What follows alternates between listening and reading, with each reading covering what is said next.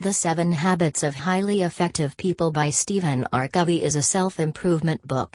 It is written on Covey's belief that the way we see the world is entirely based on our own perceptions.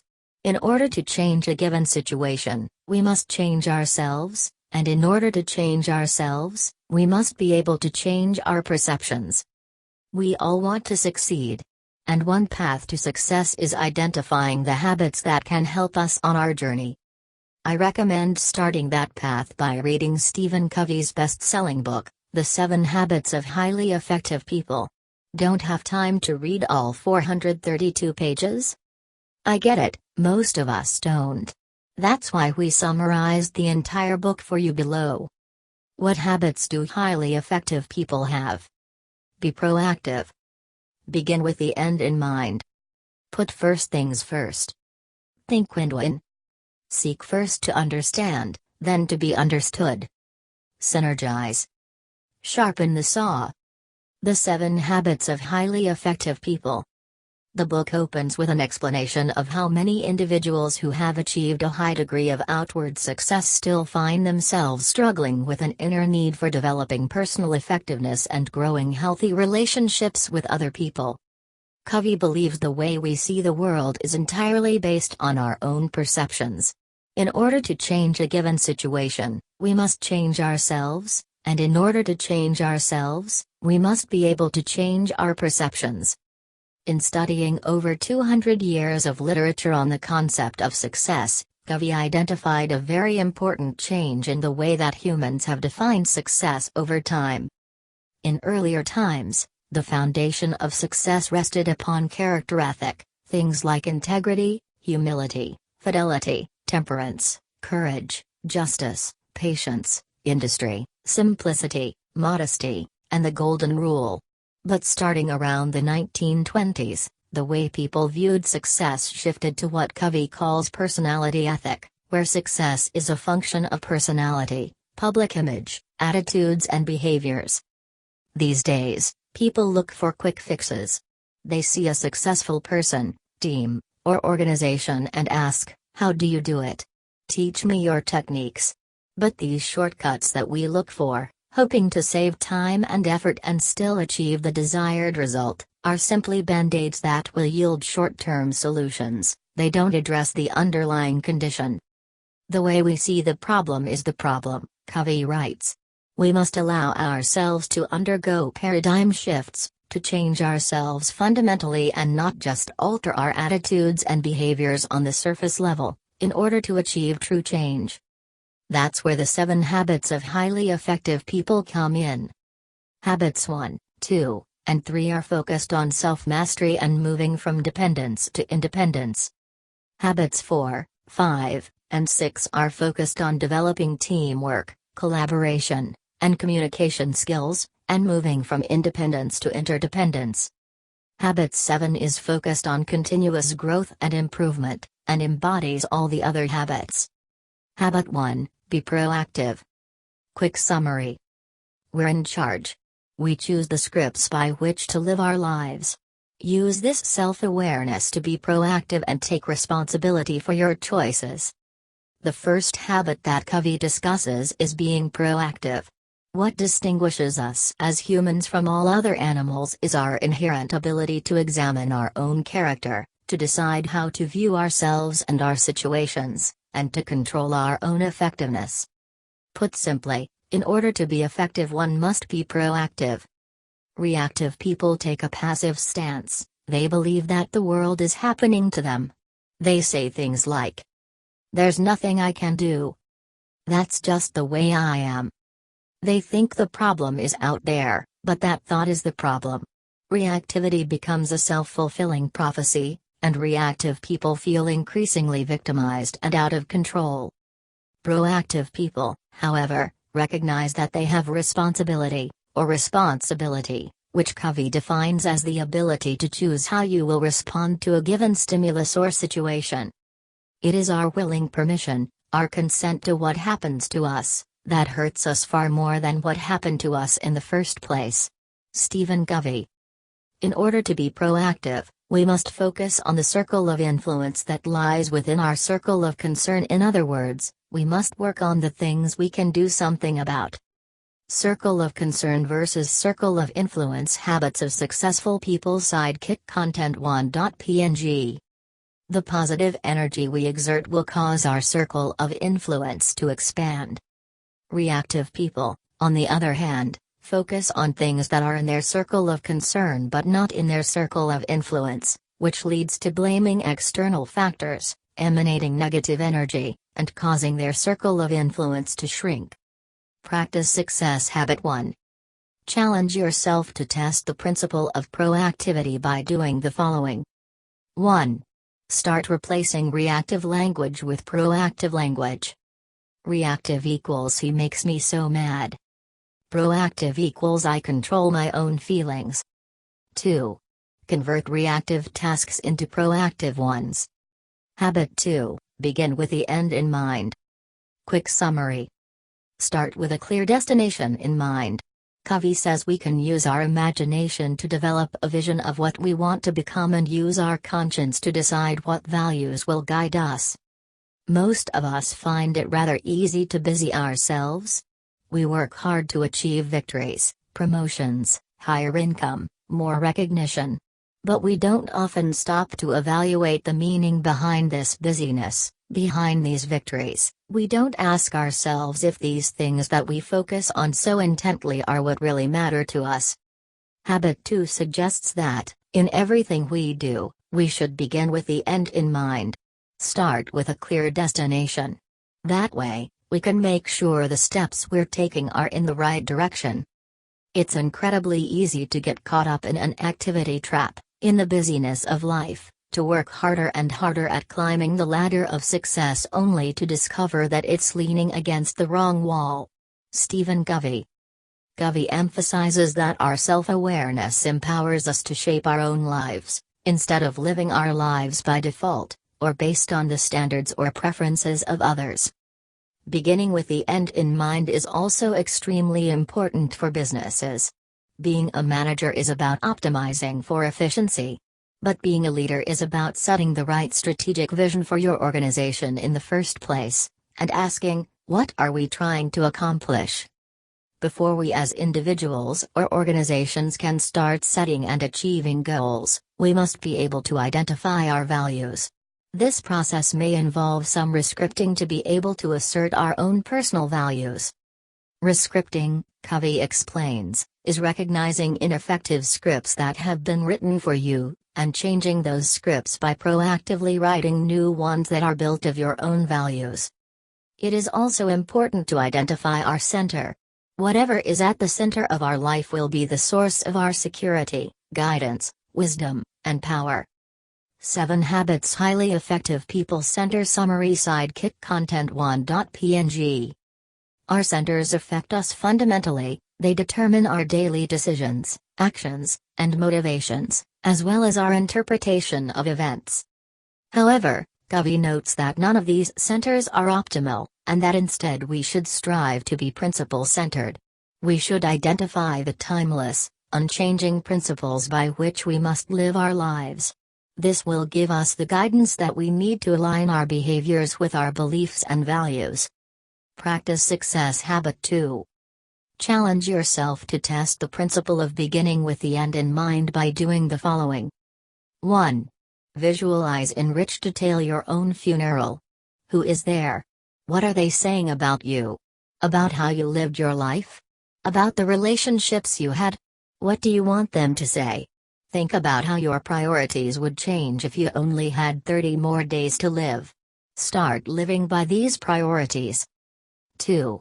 Break down different roles in your life, whether professional, personal, or community, and list 3 to 5 goals you want to achieve for each.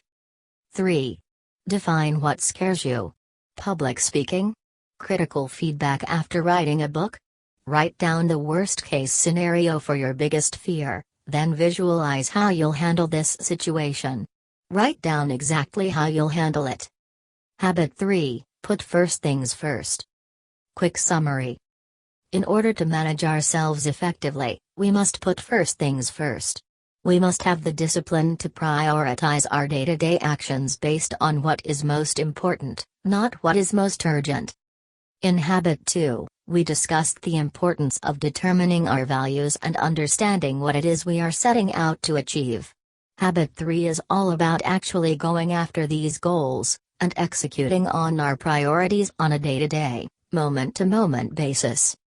In order to maintain the discipline and the focus to stay on track toward our goals, we need to have the willpower to do something when we don't want to do it. We need to act according to our values rather than our desires or impulses at any given moment. The challenge is not to manage time, but to manage ourselves. Stephen Covey. All activities can be categorized based on two factors, urgent and important. Take a look at this time management matrix. Time Management Matrix 7 Habits Highly Effective People Summary Sidekick Content.png. We react to urgent matters. We spend our time doing things that are not important. That means that we neglect Quadrant 2, which is the actually most crucial of them all. If we focus on Quadrant I and spend our time managing crises and problems, it keeps getting bigger and bigger until it consumes us. These leads to stress, burnout, and constantly putting out fires. If we focus on Quadrant 3, we spend most of our time reacting to matters that seem urgent, when the reality is their perceived urgency is based on the priorities and expectations of others. This leads to short-term focus, feeling out of control, and shallow or broken relationships. If we focus on Quadrant 4, we are basically leading an irresponsible life. This often leads to getting fired from jobs and being highly dependent on others. Quadrant 2 is at the heart of effective personal management. It deals with things like building relationships, long-term planning, exercising, preparation, all things we know we need to do but somehow seldom get around to actually doing, because they don't feel urgent. In order to focus our time in Quadrant 2, we have to learn how to say no to other activities, sometimes ones that seem urgent. We also need to be able to delegate effectively. The key is not to prioritize what's on your schedule, but to schedule your priorities. Stephen Covey. Plus, when we focus on Quadrant 2, it means we're thinking ahead, working on the roots, and preventing crises from happening in the first place. This helps us implement the Pareto principle. 80% of your results come from 20% of your time. We should always maintain a primary focus on relationships and results, and a secondary focus on time. Think effectiveness with people and efficiency with things. Stephen Covey. Practice Success Habit 3. Here are some ways you can practice putting first things first. 1. Identify a Quadrant 2 activity you've been neglecting. Write it down and commit to implementing it. 2. Create your own time management matrix to start prioritizing. 3. Estimate how much time you spend in each quadrant. Then log your time over 3 days. How accurate was your estimate? How much time did you spend in Quadrant 2, the most important quadrant? Habit 4. Think win-win. Quick summary. In order to establish effective interdependent relationships, we must commit to creating win-win situations that are mutually beneficial and satisfying to each party. Covey explains that there are 6 paradigms of human interaction. 1. Win-win, both people win. Agreements or solutions are mutually beneficial and satisfying to both parties. 2. Win-lose, if I win, you lose. Win-lose people are prone to use position, power, credentials, and personality to get their way. 3. Lose-win, I lose, you win. Lose-win people are quick to please and appease, and seek strength from popularity or acceptance. 4. Lose-lose, both people lose. When two win-lose people get together, that is, when two determined, stubborn, ego-invested individuals interact, the result will be lose-lose. 5. Win, people with the win mentality don't necessarily want someone else to lose, that's irrelevant. What matters is that they get what they want. 6. Win-win or no deal, If you can't reach an agreement that is mutually beneficial, there is no deal. The best option is to create win-win situations. With win-lose, or lose-win, one person appears to get what he wants for the moment, but the results will negatively impact the relationship between those two people going forward. The win-win or no deal option is important to use as a backup. When we have no deal as an option in our mind, it liberates us from needing to manipulate people and push our own agenda. We can be open and really try to understand the underlying issues. In solving for win-win, we must consider two factors: consideration and courage.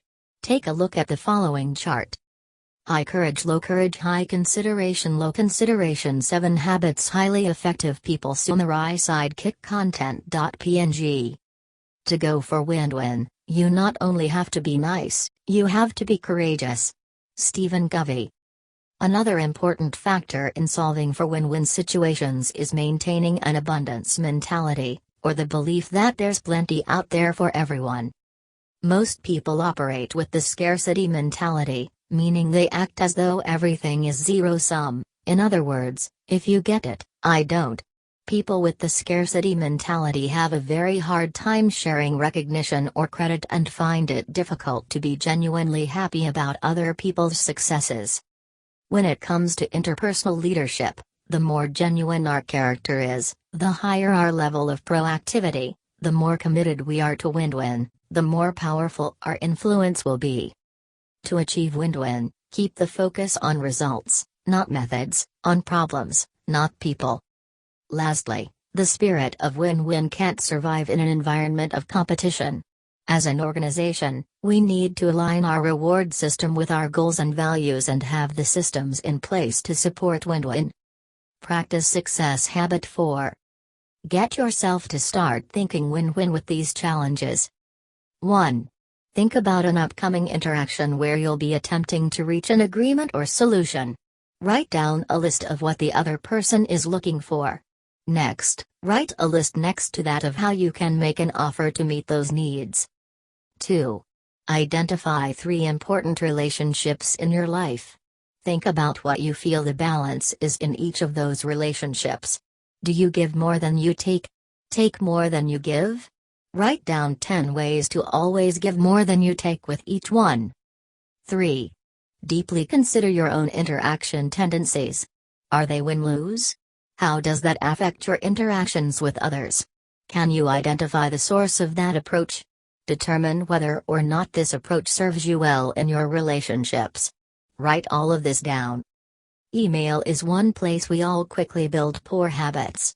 Rather than wasting time by copying and pasting email templates that you use every day, we recommend using HubSpot's free CRM to easily send personalized email templates in Gmail and Outlook.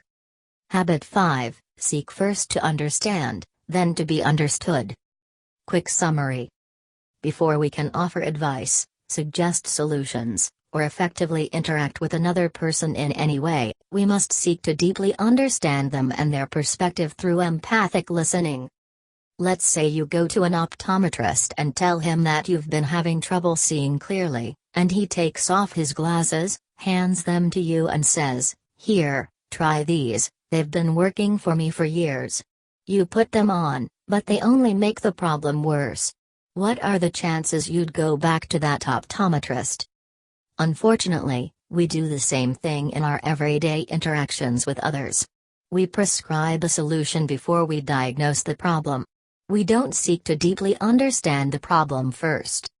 Habit 5 says that we must seek first to understand, then to be understood. In order to seek to understand, we must learn to listen. You've spent years of your life learning how to read and write, years learning how to speak. But what about listening? Stephen Covey. We can't simply use one technique to understand someone. In fact, if a person senses that we're manipulating her, she will question our motives and will no longer feel safe opening up to us. You have to build the skills of empathic listening on a base of character that inspires openness and trust. Stephen Covey. To listen empathically requires a fundamental paradigm shift. We typically seek first to be understood. Most people listen with the intent to reply, not to understand.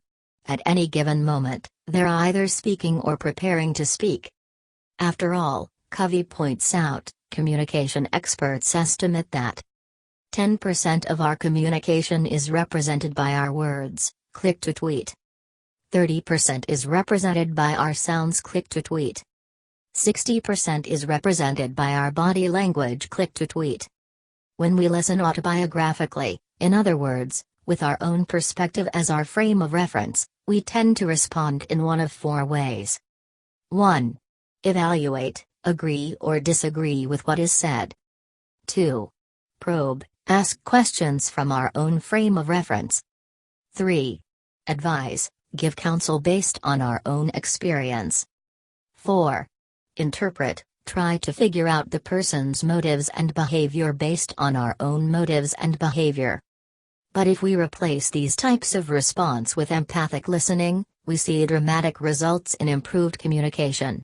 It takes time to make this shift, but it doesn't take nearly as long to practice empathic listening as it does to back up and correct misunderstandings, or to live with unexpressed and unresolved problems only to have them surface later on. The second part of Habit 5 is, then, to be understood. This is equally critical in achieving win-win solutions. Seeking to understand requires consideration, seeking to be understood takes courage. Stephen Covey. When we're able to present our ideas clearly, and in the context of a deep understanding of the other person's needs and concerns, we significantly increase the credibility of your ideas. Practice Success Habit 5. Here are a few ways to get yourself in the habit of seeking first to understand. 1. Next time you're watching two people communicating, cover your ears and watch. What emotions are being communicated that might not come across through words alone? Was one person or the other more interested in the conversation? Write down what you noticed. 2. Next time you give a presentation, root it in empathy. Begin by describing the audience's point of view in great detail. What problems are they facing? How is what you're about to say offering a solution to their problems? Habit 6, Synergize. Quick summary. By understanding and valuing the differences in another person's perspective, we have the opportunity to create synergy, which allows us to uncover new possibilities through openness and creativity. The combination of all the other habits prepares us for Habit 6, which is the habit of synergy, or when 1 + 1 = 3 or more and the whole is greater than the sum of its parts. For example, if you plant two plants close together, their roots will commingle and improve the quality of the soil, so that both plants will grow better than they would on their own. Synergy allows us to create new alternatives and open new possibilities. It allows us as a group to collectively agree to ditch the old scripts and write new ones. Without doubt, you have to leave the comfort zone of base camp and confront an entirely new and unknown wilderness. Stephen Covey. So how can we introduce synergy to a given situation or environment? Start with Habits 4 and 5. You must think win-win and seek first to understand. Once you have these in mind, you can pool your desires with those of the other person or group. And then you're not on opposite sides of the problem, you're together on one side, looking at the problem, understanding all the needs, and working to create a third alternative that will meet them. What we end up with is not a transaction, but a transformation. Both sides get what they want, and they build their relationship in the process. By putting forth a spirit of trust and safety, we will prompt others to become extremely open and feed on each other's insights and ideas, creating synergy. The real essence of synergy is valuing the differences, the mental, emotional, and psychological differences between people. The key to valuing differences is to realize that all people see the world, not as it is, but as they are. Stephen Covey. After all, if two people have the same opinion, one is unnecessary. When we become aware of someone's different perspective, we can say, "Good. You see it differently. Help me see what you see." We seek first to understand, And then we find strength and utility in those different perspectives in order to create new possibilities and win-win results. Synergy allows you to value the differences in other people as a way to expand your perspective. Sidestep negative energy and look for the good in others. Exercise courage in interdependent situations to be open and encourage others to be open. Catalyze creativity and find a solution that will be better for everyone by looking for a third alternative. Practice success habit 6. 1. Make a list of people who irritate you. Now choose just one person. How are their views different? Put yourself in their shoes for 1 minute. Think and pretend how it feels to be them. Does this help you understand them better? Now next time you're in a disagreement with that person, try to understand their concerns and why they disagree with you. The better you can understand them, the easier it will be to change their mind, or change yours. 2. Make a list of people with whom you get along well. Now choose just one person. How are their views different? Now write down a situation where you had excellent teamwork and synergy. Why? What conditions were met to reach such fluidity in your interactions?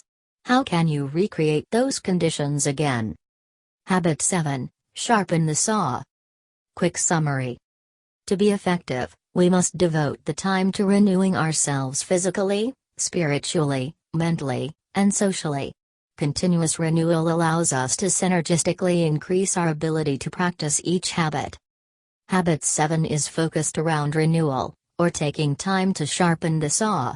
It surrounds all of the other habits and makes each one possible by preserving and enhancing your greatest asset, yourself. There are 4 dimensions of our nature, and each must be exercised regularly, and in balanced ways. Physical dimension. The goal of continuous physical improvement is to exercise our body in a way that will enhance our capacity to work, adapt, and enjoy.